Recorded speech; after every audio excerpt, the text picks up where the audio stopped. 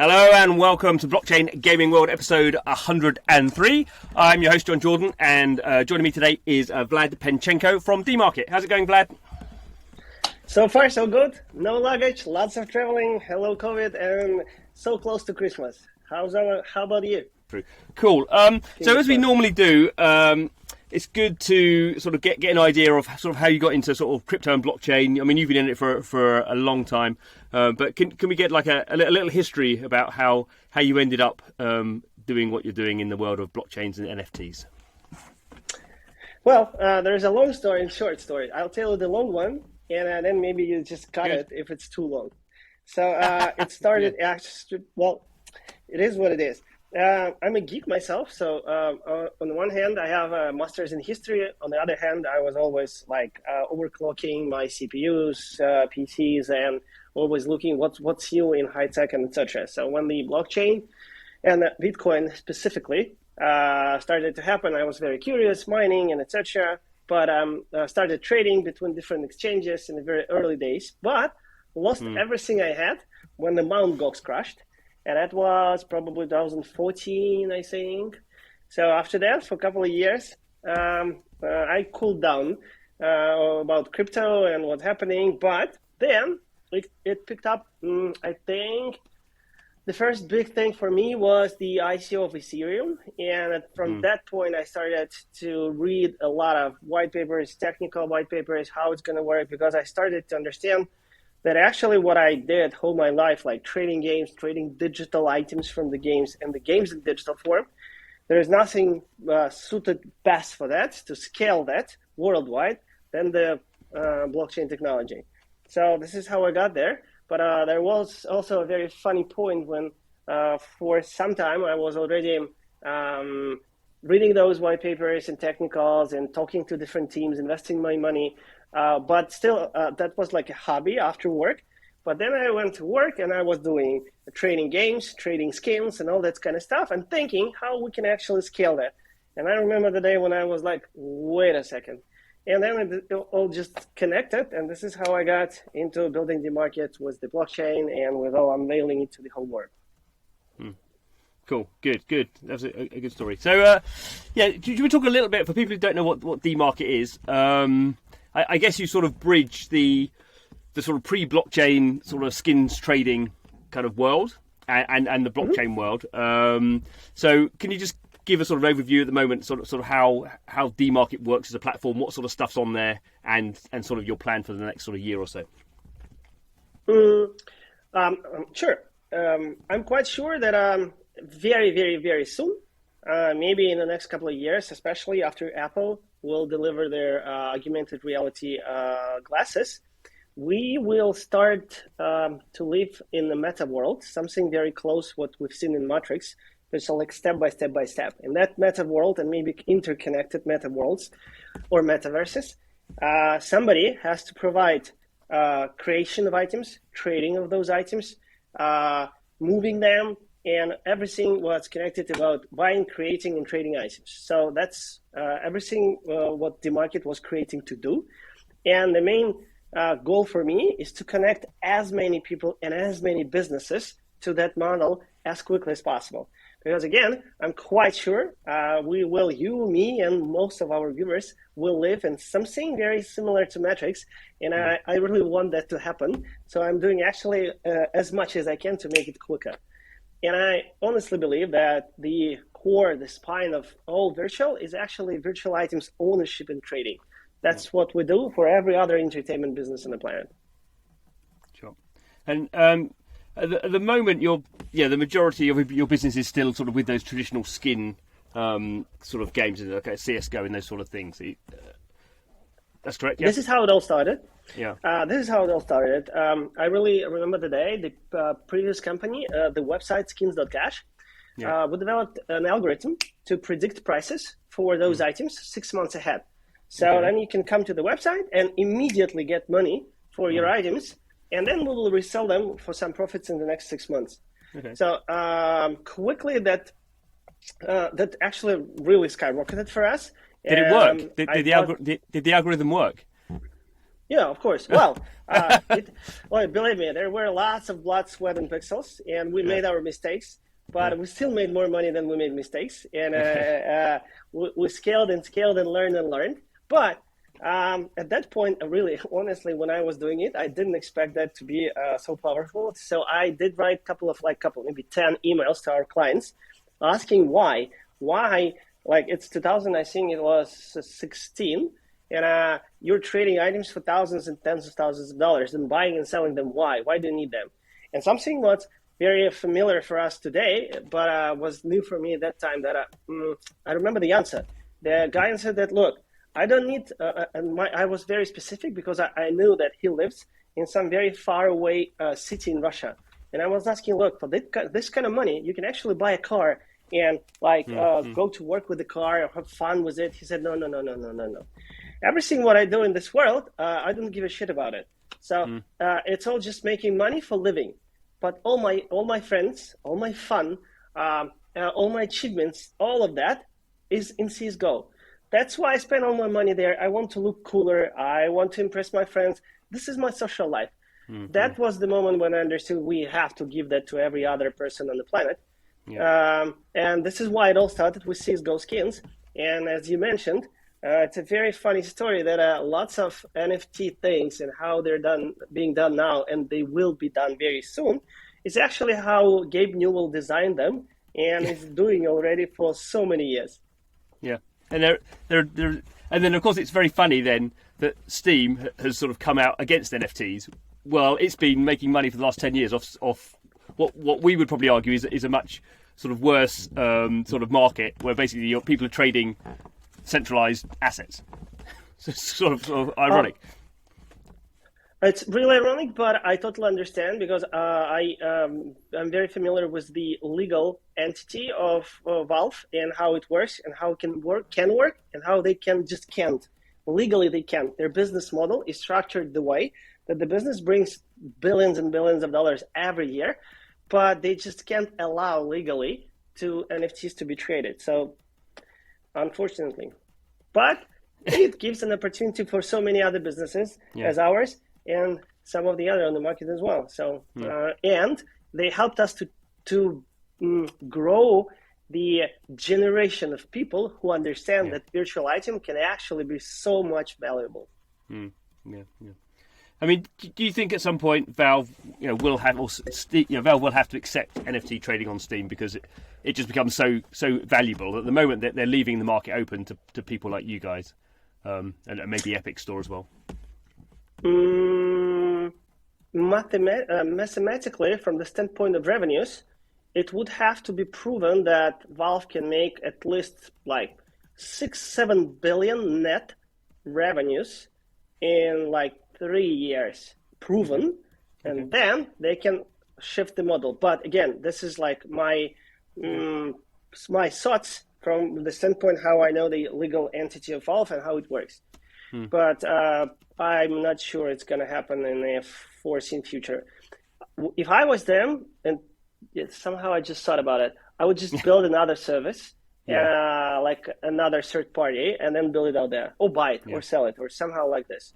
No, absolutely, I mean, you're right. I think it is, as we'll talk about it. I think it can be hard to retrofit blockchain and NFT trading to existing systems, not just for legal reasons, but I think also for kind of your kind of user, your audience is used to a certain thing. And at this point, I think it's also interesting that as well as you guys at DMarket, there's also the blockchain guys at Wax, sort of very similar. So we have two companies with you and Wax who have both basically come out of a history of basically doing CSGO skin trading, and then both got into blockchain in quite a significant way. So it's sort of interesting that as you've explained, the CSGO skins trading stuff is really one was the sort of a stepping stone for lots of sort of companies and individuals into NFT stuff.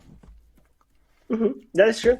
And by the way, just to add up to the previous question, one more very important thing, which is very also expensive, when you want to trade NFTs on the platform, and what is the big difference with CSGO skins and with Valve model, there is it's called an open loop.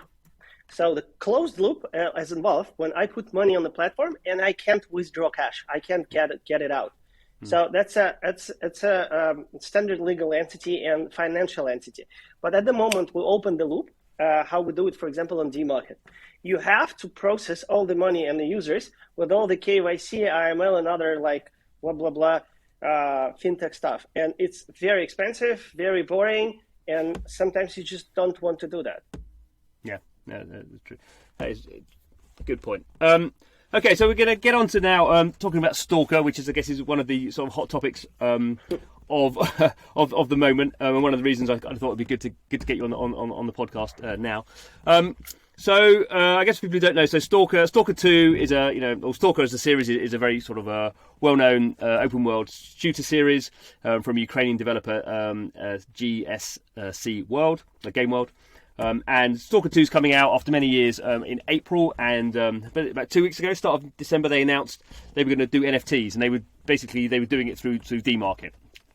So that was sort of the first big sort of game that you guys were supporting to do NFTs trading, and then there's this big backlash, and then a few days later they said not going to do NFTs anymore. So for you guys, kind of sitting in there, obviously very excited to announce a really high quality AAA PC game doing NFTs with you. That's a big win for you guys.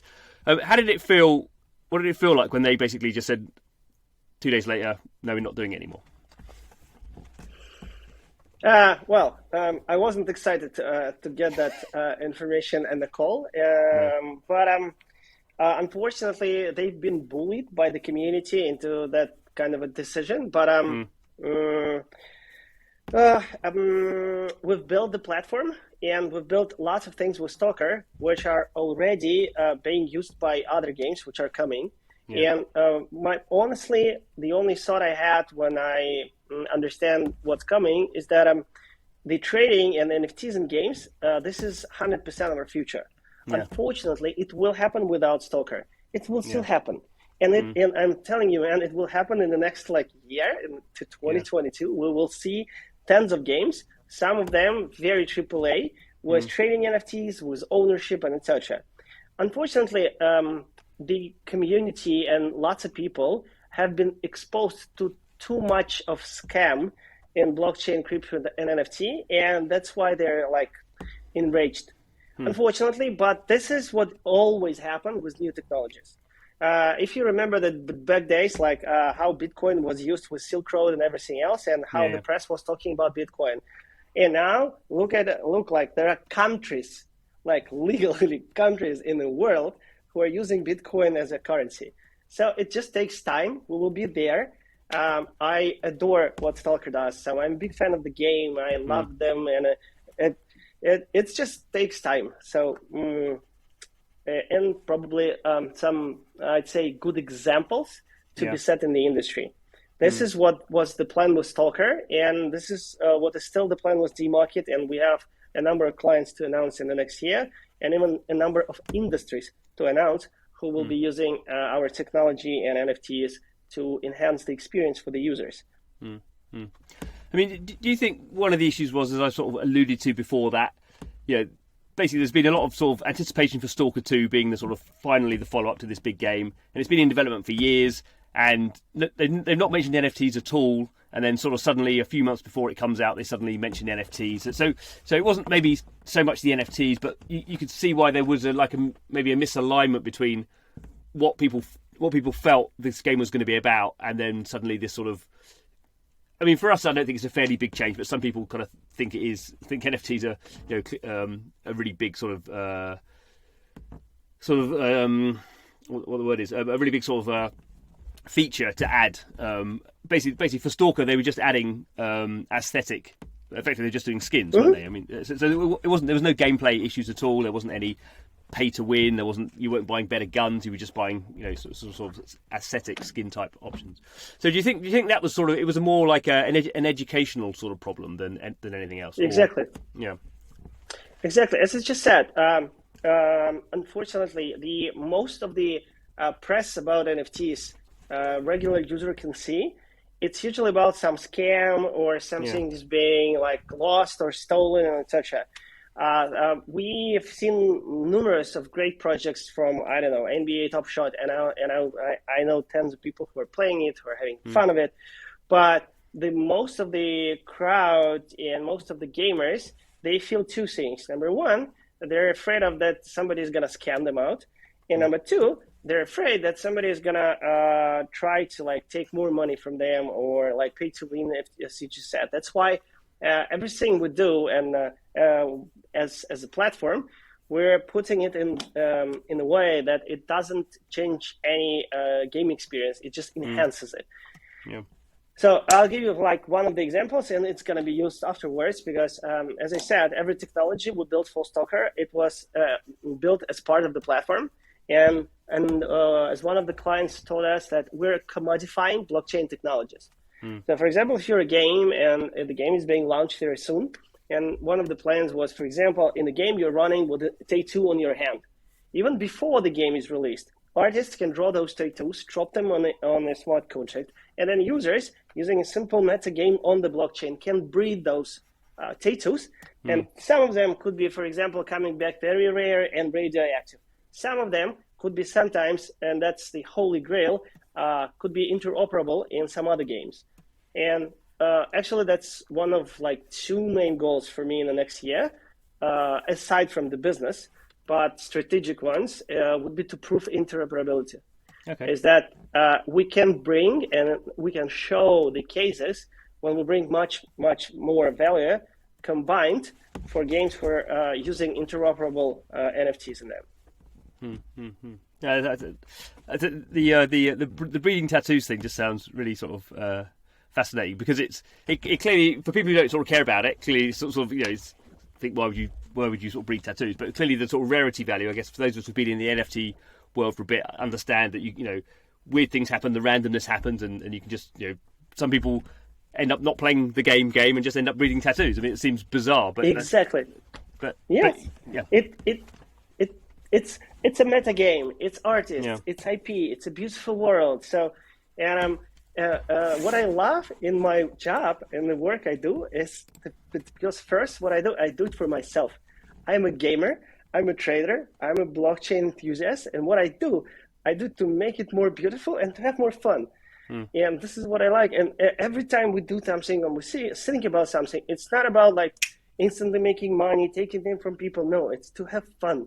Because every time when we make fun, the rest works out as well. Yeah, no, that's a good point. I mean, and coming back to that, I guess the other interesting thing that was happening, and I guess kind of where Stalker was a bit unfortunate, was it announced, was it like sort of the week after Ubisoft had announced their NFT thing, and that obviously drove just everyone bananas because everyone loves to hate Ubisoft at the moment for all manner of reasons. But it was, I guess, what I thought was interesting with the Ubisoft announcement was, although it's sort of very sort of confusing how they're doing it, basically they're giving away NFTs for free. So that's sort of quite a different sort of model there, isn't it? Where again, it's skins, it's aesthetic items, it doesn't change the gameplay, but basically you have to play the game a whole bunch, and then you got these free things that then you could put on a marketplace and sell, which to me actually seems, I think that sort of that sort of is sensible because it stops the argument that, well, developers are just doing this to make more money off us, because basically what Ubisoft is doing is giving away stuff for free, just it happens to be on a blockchain, and but obviously I don't know if that's something that DMarket could do, because obviously you're sort of a marketplace for trading things. I mean, do you think that the fact that people are selling stuff ahead of time is sort of the problem here, and maybe we need to rethink that a little bit?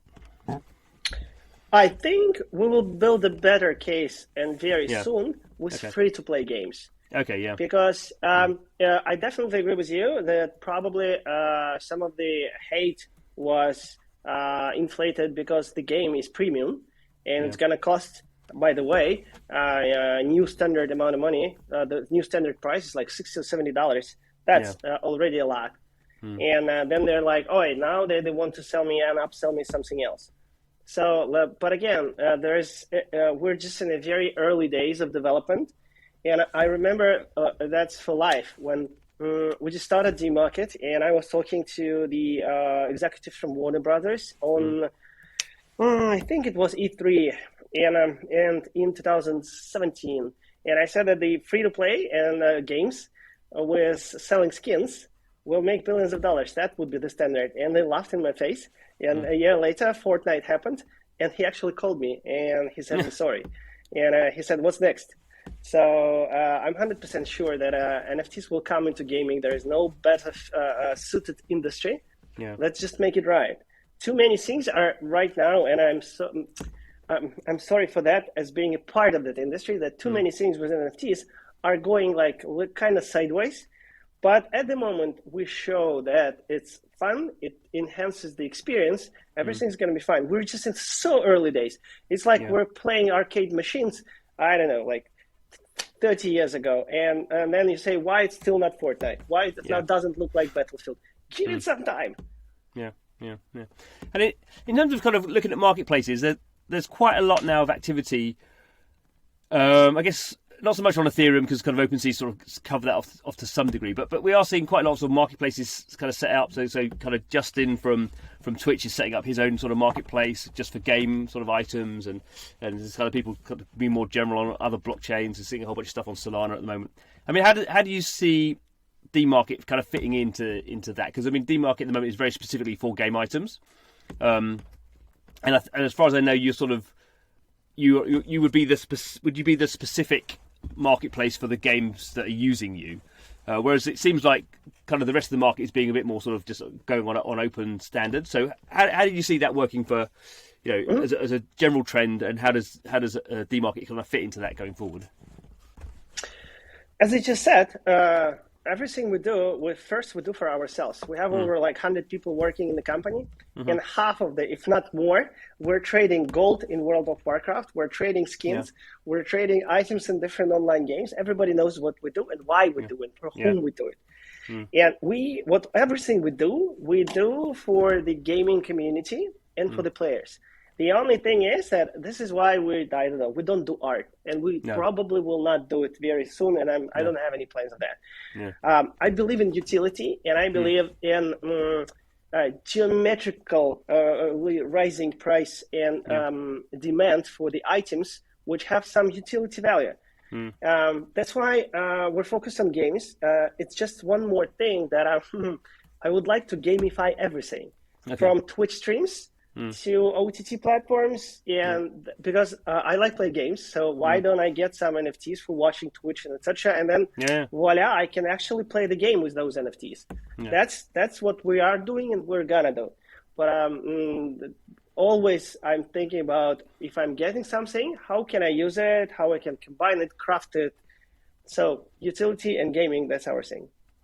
Cool. By the way, about the blockchains, it's an interesting question, because in the last couple of years, maybe every once a month, we spend a weekend with our blockchain team building different small, simple games on the blockchain. We just gather like on Sunday in the office, like 6 people, and we build different games. Simple ones like tanks or racing or etc. And recently, the only one game we were actually able to build and to work like 100% on the blockchain, not just writing the beginning and the end, but every other step to be written on the public blockchain was Polygon. However, after we succeeded with that in October, Solana introduced smart contracts, and we successfully tried and tested something on Solana as well. So let's see. We're testing that just to integrate the technology in the market, so we can provide that to the game developers. But I'm happy to see that the tech is coming, because how I see it in my head, that being it Solana or Polygon, it's just like an operating system. So at the moment it starts to work, creative people will come and deliver content. So it's happening. So in terms of kind of, we're at the end of 2021, so I guess we have to sort of ask you some sort of questions about predictions for next year. So I guess we'll start with one with you guys. For this time next year, how many games do you think you'll be supporting on DMarket? Where would you like to be at least? My goal is 100 games. 100, and my goal is we have the ways how to do that. We have integration with Xsola. We have multiple partners already ongoing. And we already integrated with one OTT partner, and we're on the way to integrate with another one. And just one partner, OTT, can bring us like 50 million customers. So I hope to get 2 OTT customers by end of the year and 100 games. But my main thing is, and main goal from the standpoint of the product would be mass adoption. Because at the well, it's strange to say, but at the moment, like your mother and my mother, while, for example, watching a live show, will get a digital item on her phone, and she will clearly understand the value of it, why she needs it, why it's important, why it's more important than the phone, and she will be able to trade it, to buy it, to craft it, and that would be like easy left and right. That's what we need to do. That's what helps everyone on the market, and I hope to get close to that by end of the next year. You think in a year if we could get to something that something is already live. We're just iterating it right now, and give me 12 months. That's a lot in blockchain. That's like 3 lifetimes. Believe me.